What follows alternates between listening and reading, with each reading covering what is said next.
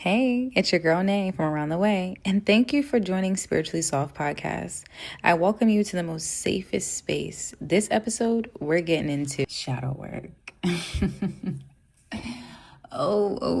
This is something I have been patiently waiting for. But before we get into that, I want to talk about our mental health and where we are on the scale. So today, I will say that I am at an 8. I feel lighter. I feel calmer. I'm very appreciative of what the universe is, providing me, opening my eyes to, and really just showing me my calling, my purpose, my true alignment. And that honestly has made me so grateful and so thankful, and I'm really excited for all the new blessings and new abundance and all the things that I have in store. And talking about what I have in store, I have dropped a bit about Love Part 1. I had got the author copies. Oh my goodness. I am so critical for things. And maybe that's the Virgo in me. But I have a love-hate relationship with it. And it's interesting because I have noticed that with I've gotten some feedback where, wanting me to talk more about writing and, a lot of interest about my writing. So I definitely want, especially after shadow work, I have a few episodes in store for you guys after that. And I'm definitely going to get more into the writing the process. One thing about me, I am not a gatekeeper. I want to talk about the, what I did, where I published at, what that journey looked like, what that process looked like, how much it cost, all of those various different things. But I have my author copies, which ironically so is right in front of me. And it's some things about it that, I want to make some changes to, and to spice it up and make it a lot better and more of a representation of where I'm at, where I'm going, and where I've been. A lot of my poetry, a lot of my pieces, I hold very dear to me. They are my absolute safe space. I say all the time, this pen and pad is the only thing that understands me. But that's so true because it's a space that I have created for myself that is so safe. It's so pure. It's so it's like a breath of fresh air. That sigh is exactly, it's it's home. And it's funny because I seen this video on TikTok, and it was with essentially the journey of where, not where you want to go essentially, but what sometimes that is holding us back is, loving ourselves. And that is such a key factor. And that's why I believe shadow work is so important. I want to dive in straight into it, head first into shadow work. So I began my shadow work journey unofficially, I would say 2023 was when I really got more introspective. I really took a lot of time to analyze myself, look at myself, really create goals for myself, and not goals oh, I'm going to publish 10 publications this year, or, I'm going to lift this much amount in the gym, but self-development goals. And I'm even going to share bits of that as well. I'm going to put that in another book that's going to get published later this year as well. the exercises that I've done, so you guys can see it within the book and be able to do your own. I believe that that is going to be so impactful and so inspiring, and things that help me out. Well, I got this book. It's called the Shadow Growth Journal. I am going to put a picture of it on my story, especially when I release this episode. So you guys can be able to see exactly the journal that I was using. I got this workbook from Five Below. Five Below that's my homegirl, okay? But, shadow work doesn't have to necessarily be a book where you write it down, but I know for me, like, those guided journals are super easy. It's a great way to kind of like navigate and dive into different things. So with this particular book, there are 3 exercises that I want us to do together. I'm also going to give you my responses for them, and really just hopes that it starts a conversation within yourself.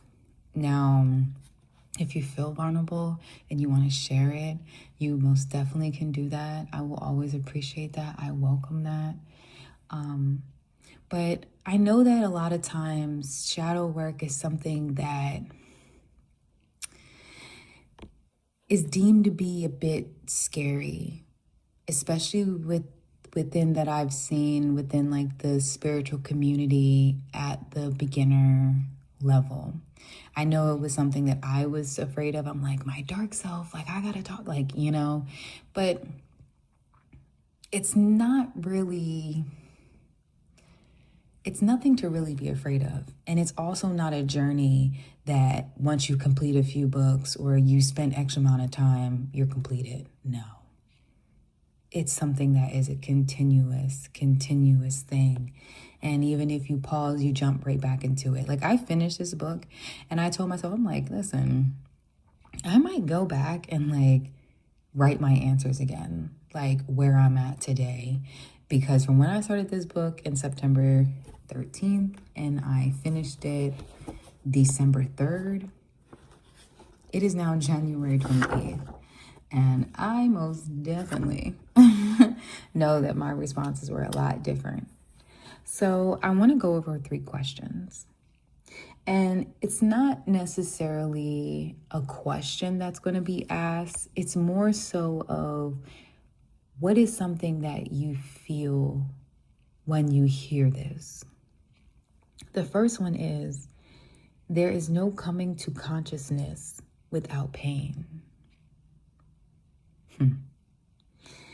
So my response was, coming to your whole and true self takes true onion peeling back and reflection to make better choices.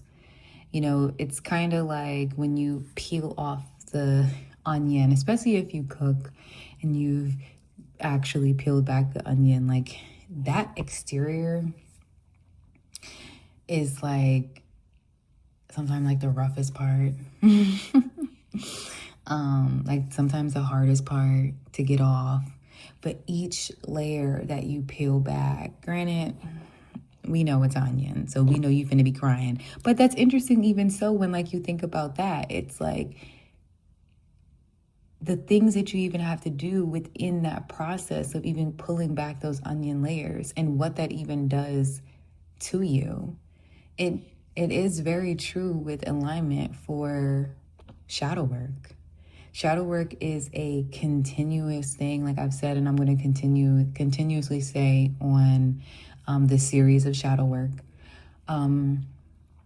But it is painful because a lot of the things that subconsciously that we feel about ourselves, think about ourselves, talk to ourselves about the trauma that has been inflicted, the trauma we have inflicted, a lot of those things are ugly. and are dark and are painful. And sometimes they're even harder to even like digest. I picked up this book and put it down and picked up this book and put it down so many times because it was parts of it that triggered so many different emotions. And I wanted to sit in those emotions and not sit and sob and feel like I can't do anything, but I wanted to make the pain that I felt have purpose.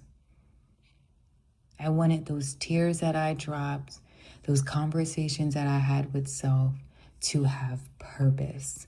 This wasn't a talk to myself where it's like, you did this wrong, this wrong, this wrong. Like, okay, this is your opportunity to grow. I don't look at my things that I've done wrong how I used to. I used to have a lot of self-negative talks. And that would conjure up so many different thoughts that turned into actions that was never productive. So now I have a different approach with it. This is my opportunity to grow. This is my opportunity to shine in a different space. This is another opportunity for me to have another strength tallied on the mark, on the list.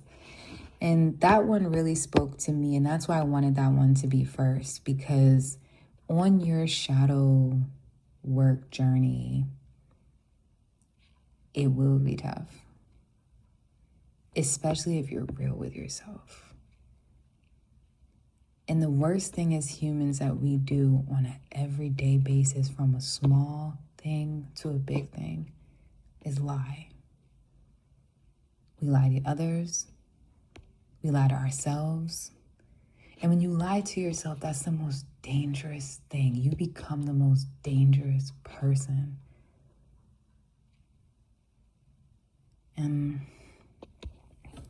within this journey, especially if you want it to be beneficial for you, you have to come to terms with the good, the bad, the ugly, and address it head on. And don't be fearful of what comes within those solitude moments. Think about what comes out of that. Just almost like pressure makes diamonds. So, the next one is, the word happy would lose its meaning if it was not balanced by sadness. I wrote, this one hit home, especially with my expectations of what happy looked like and how I thought it would feel. In reality, without sadness, I wouldn't look at happiness as a way that I do. It's a part of it. You wouldn't enjoy the sun if it wasn't for no rain. It's kind of like how, we be in the summertime like, oh my God, it's so hot. Like, I can't wait for it to cool down. I can't wait for it to cool down. And then we ended up getting stuck in a snowstorm for like a week, and like your kids are off and you're like, oh my God, I cannot wait for the summer. Like, but instead of having the mindset of, oh, it's too hot, or it's this, or all the negative things that we can think of, why don't we cherish those? Like, see the freedom that the summer brings with the warm weather and the different things that we're able to do, to like the things that we're able to accomplish without the constraints of, the weather snowing us in. Or like, it being extremely too cold where like the task becomes almost like unmanageable when it would be manageable any other time. Everything in life has to have some type of balance. And I know for me, for happiness, like it was something that I struggled really hard with, because my mindset of what I thought happiness would look like and the expectations of I need to be happy 24/7. Like this isn't real. Da da da da. A lot of that was fueled by disappointment, betrayal, And it made me put a false reality over my eyes. Like it like fogged up when the good times came, because I was so stuck on how bad it was when it was negative. Versus like, whew, things are good. We got about that storm, honey. You know what I mean? And it's a mindset shift. And one thing that, if you've been following me through my posts and even like with my captions and so forth, I am incredibly honest on this app. And I never thought I would be this vulnerable, especially because it's not something that I was always wanting to do. But I realized that my sensitivity and my vulnerability is my secret weapon. It's something that connects all of us. It's something that makes it where you're as like less judgmental. And that's something even, to segue into the last one, which is perfect. It creates more of a compassion when you're dealing with the others. So the last one is, knowing your own darkness is the best method for dealing with the darkness of other people. My response was, understanding who you are and who you become when you're past certain limits provides you with an insight first for defense purposes, but it also with having grace for others. We are all people in this world, doing a job, making a living, providing, listening, helping, and dealing with our own issues. With my job, I talk to so many different people all over this country from different parts of the world. And I always have to remind myself that everybody has their own issues. So when you're dealing with that customer or that client or, even your friends, and you don't feel like their patience level is there, or they're very frustrated, or whatever emotions that come out of it, you have to really understand and take a look at, what is this person dealing with?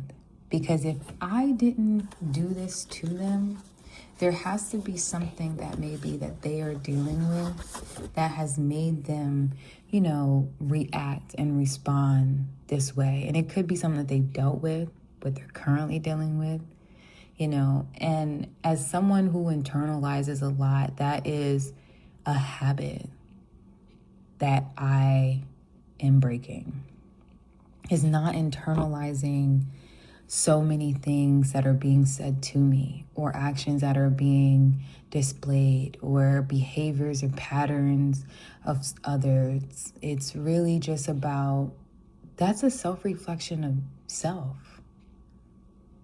If you go out in this world and you aren't kind to people, you are, constantly triggered, ready to be defensive, looking for conflict, that could be a reflection of what's happening internally with yourself. And a lot of times when we're not at peace with ourselves, we then become our own worst enemy, and to ourselves and to others.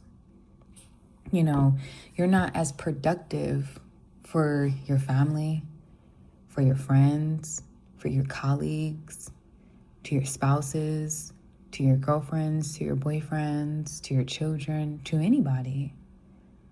Because you're constantly dealing with an internal war, and you're constantly in battle.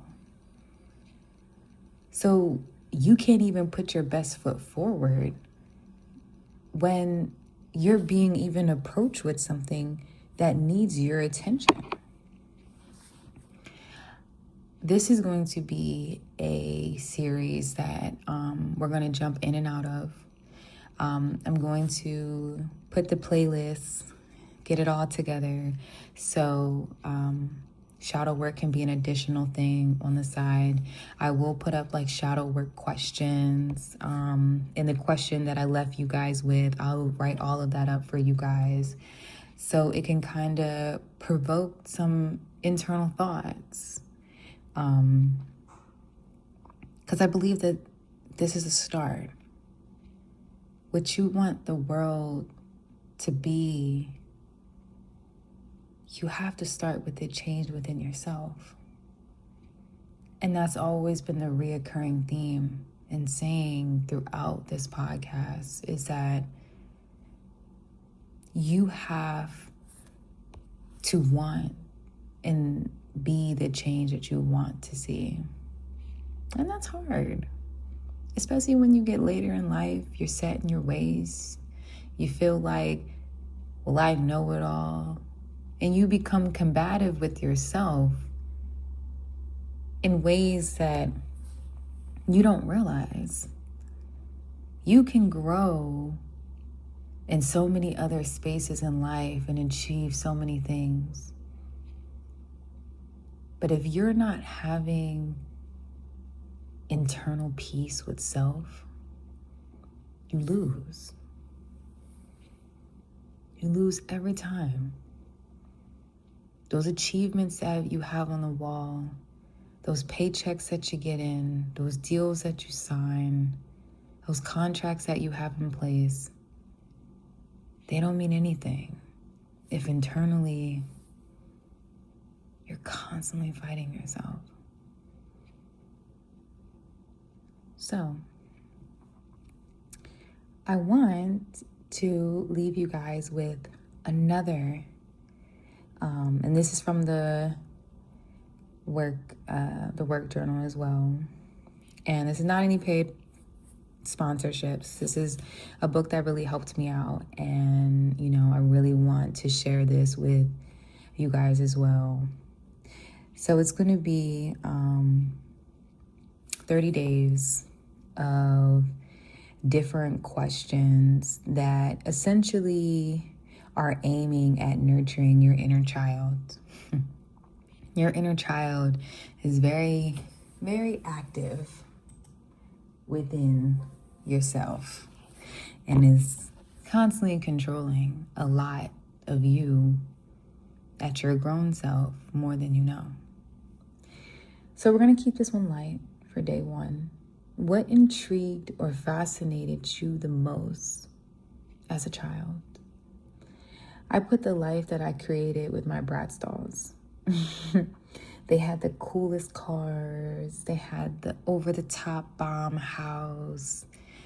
Like, it was lavish. And they had amazing careers. And, those girls were it, okay? Those girls were it. You couldn't tell my Bratz dolls nothing. But, yeah. What intrigued or fascinated you as a child? And I want to leave you with the quote of the episode. Until you make the unconscious conscious, it will direct your life and it will call it fate. Thank you again for joining us at Spiritually Soft. I hope you enjoyed this episode. Like, comment, and subscribe. Love ya.